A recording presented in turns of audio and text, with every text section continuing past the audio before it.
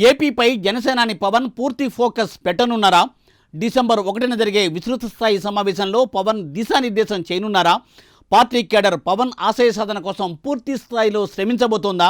రాష్ట్రంలో జగన్ సర్కారు పోయి జనసేన టీడీపీ సర్కారు వచ్చేలా పోరాడబోతున్నారా? వారాహి మలివిడత యాత్ర ఎన్నికల వరకు నిర్విరామంగా కొనసాగనుందా? పవన్ సుడిగాలి పర్యటనలతో ఆంధ్రప్రదేశ్లో రాజకీయ మార్పు రానుందా? పవన్ చంద్రబాబు భారీ బహిరంగ సభలతో దూసుకుపోనున్నారా? విపక్ష కూటమి దూకుడు వైసీపీ నేతల గుండెల్లో రైళ్లు పరిగెట్టిస్తోందా?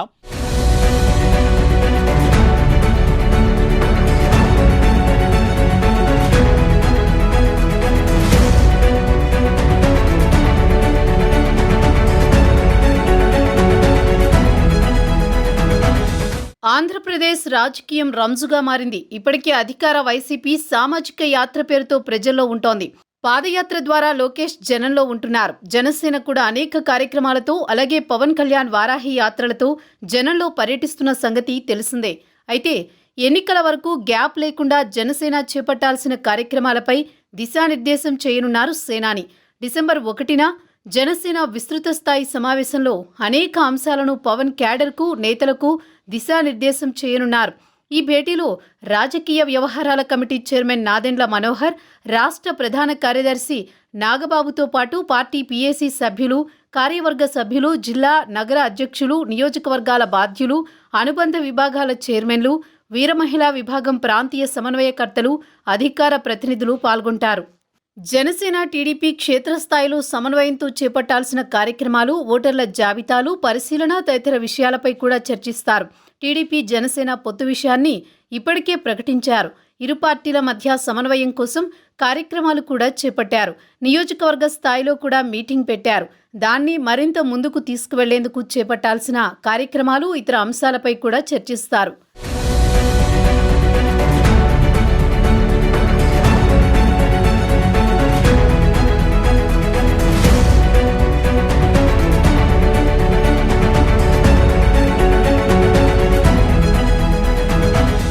డిసెంబర్ 3న తెలంగాణ ఫలితాలు వెల్లడి కానున్నాయి. అయితే తెలంగాణ రాజకీయాలతో సంబంధం లేకుండా ఏపీపై పూర్తి స్థాయిలో ఫోకస్ పెట్టేందుకు పవన్ డిసైడ్ అయ్యారు.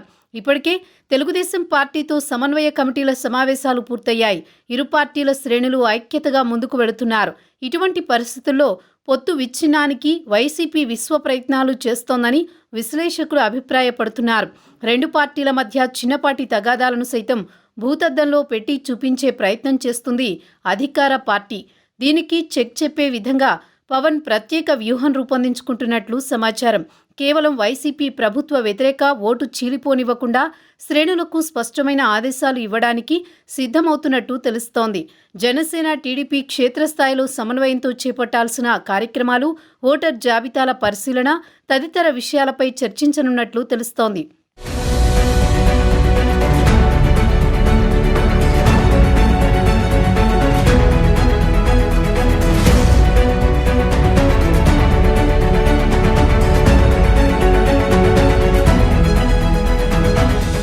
జనసేన ప్రతిపాదించే సీట్లు, పొత్తులు అడగాల్సిన స్థానాలపై సమావేశంలో చర్చించే అవకాశాలు ఉన్నట్టు తెలుస్తోంది.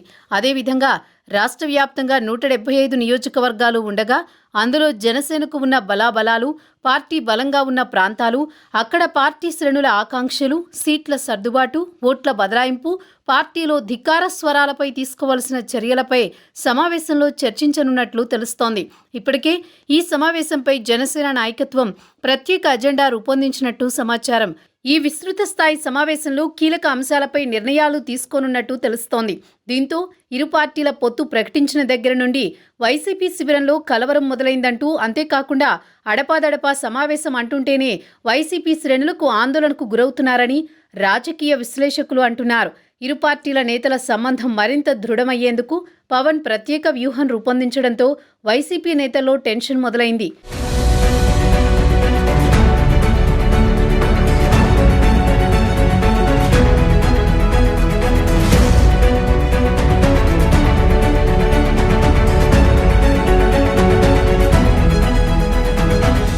టీడీపీ, జనసేన పొత్తు కుదుర్చుకున్నప్పుడే వైసీపీ ఆశలు అడియాసలయ్యాయని రాజకీయ పరిశీలకులు చెబుతున్నారు. జగన్ తానే 30 ఏళ్ల పాటు సీఎంగా ఉంటానని, 175 సీట్లు తననే అని పదే పదే చెప్పుకున్నారు. పొత్తుల విషయంలో పవన్ తీసుకున్న చొరవ జగన్ ఆశలపై నీళ్లు చల్లింది. చంద్రబాబు స్కిల్ డెవలప్మెంట్ కేసులో రాజమండ్రి సెంట్రల్ జైల్లో రిమాండ్లో ఉన్నప్పుడే జనసేన పార్టీ పొత్తు కుదుర్చుకోవడం కీలక పరిణామంగా రాజకీయ వర్గాలు పేర్కొన్నాయి.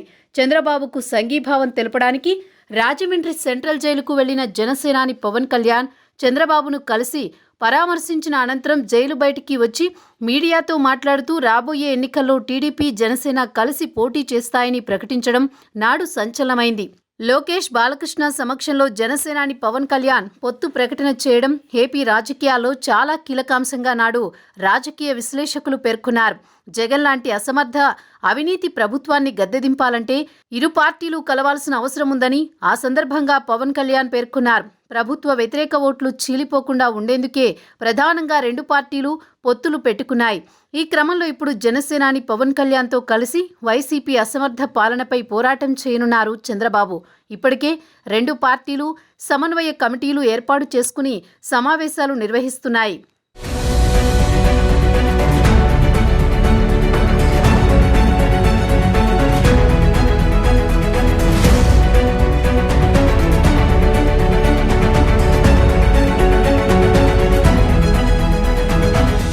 మరోవైపు పవన్ కళ్యాణ్ వారాహి విజయయాత్రల పేరుతో ఏపీలో విస్తృతంగా పర్యటిస్తున్నారు. ఇప్పటికే 4 విడతల వారాహి విజయయాత్రలు నిర్వహించారు. 5వ విడత వారాహి యాత్ర త్వరలో ప్రారంభించనున్నారు. ఒకవైపు లోకేష్ యువగలం యాత్ర, మరోవైపు చంద్రబాబు ప్రచారం. త్వరలో పవన్ కళ్యాణ్ వారాహి యాత్రలతో జగన్కు చుక్కలు చూపించనున్నారని విశ్లేషకులు చెబుతున్నారు. ముగ్గురు కలిసి ఉమ్మడిగా సభల్లో పాల్గొనే అవకాశం కూడా ఉందని ఇరు పార్టీల వర్గాలు చెబుతున్నాయి. ఇప్పటికే క్షేత్రస్థాయిలో ఇరు పార్టీల నాయకులు ఉమ్మడి సమావేశాలు పెట్టి వైసీపీ ప్రభుత్వంపై పోరాటం చేయడానికి ఉమ్మడి కార్యాచరణ రూపొందించుకున్నారు. ఇటీవల ఏపీలో రోడ్ల పరిస్థితిపై గుంతల రోడ్లకు దారేది అనే డిజిటల్ నిరసన కార్యక్రమాన్ని ఉమ్మడిగా నిర్వహించి సక్సెస్ చేశారు. ఇదే తరహాలో భవిష్యత్తులో కూడా ఉమ్మడిగా కార్యక్రమాలు చేపట్టనున్నారని సమాచారం.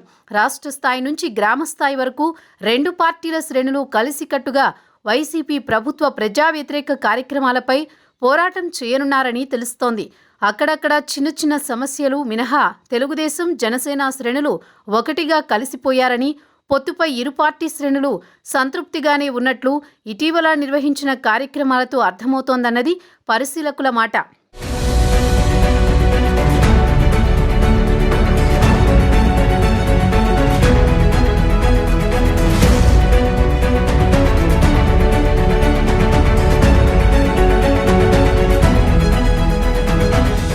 మొత్తంగా తెలుగుదేశం జనసేన ఉమ్మడి కార్యాచరణకు తోడు జనసేనాని టీడీపీ నేతల యాత్రలు కూడా ఆరంభం కానుండడంతో పార్టీ శ్రేణులలో ఉత్సాహం స్పష్టంగా కనిపిస్తోంది.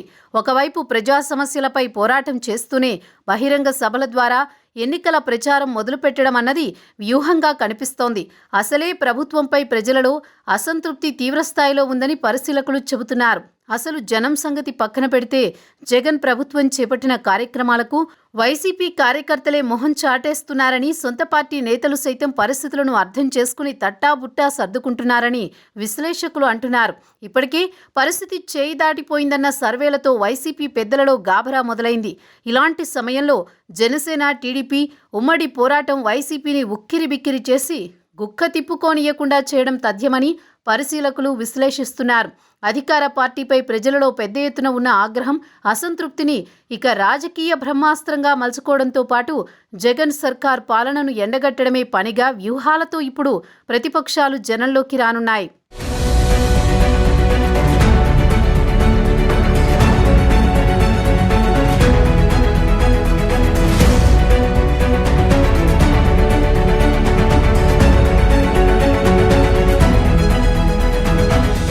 ఇప్పటికే ఏపీలో వారాహి యాత్రతో జనసేనాని సంచలనం సృష్టించారు. 4 విడతల్లో పలు సభలు నిర్వహించిన జనసేనాని ఏపీ రాజకీయ ముఖ చిత్రాన్ని మార్చేశారు. అధికార పార్టీ నిరంకుశత్వ పాలనని ఎండగడుతూ ప్రజల్లోకి దూసుకుపోయారు. అతి త్వరలోనే ఏపీలో మళ్లీ వారాహితో కదిలేందుకు సిద్ధమవుతున్నారు. ఒకవైపు వారాహి యాత్ర చేపడుతూనే పొత్తులో భాగంగా మరోవైపు చంద్రబాబుతో కలిసి బహిరంగ సభలలోనూ వేదికని పంచుకోనున్నారు. చంద్రబాబు, పవన్ ఇద్దరూ కలిసి ఏపీలో పలు బహిరంగ సభలు నిర్వహించబోతున్నట్టు ఇప్పటికే వార్తలు వచ్చిన సంగతి తెలిసిందే. ఆ బహిరంగ సభల్లోని ఉమ్మడి మేనిఫెస్టోను ప్రకటించనున్నట్టు సమాచారం. మేనిఫెస్టోపై విస్తృత ప్రచారానికి రెండు పార్టీలు కసరత్తు చేస్తున్నాయి. సూపర్ 10 పథకాలతో ప్రజల ముందుకు వెళ్లాలని డిసైడ్ అయ్యాయి. దాదాపు 10 లక్షల మందితో అమరావతిలో భారీ బహిరంగ సభ నిర్వహించి సత్తా చాటాలని భావిస్తున్నాయి జనసేన, తెలుగుదేశం పార్టీలు. ఇందుకు సంబంధించి యాక్షన్ ప్లాన్ రూపొందించే పనిలో ఇరు పార్టీలు ఉన్నట్టు తెలుస్తోంది. ప్రతిపక్షాలు అధికార పార్టీకి ఊపిరి సలపకుండా చేసి జగన్ను గద్దెదించే వరకు పోరాటం చేయనున్నాయి.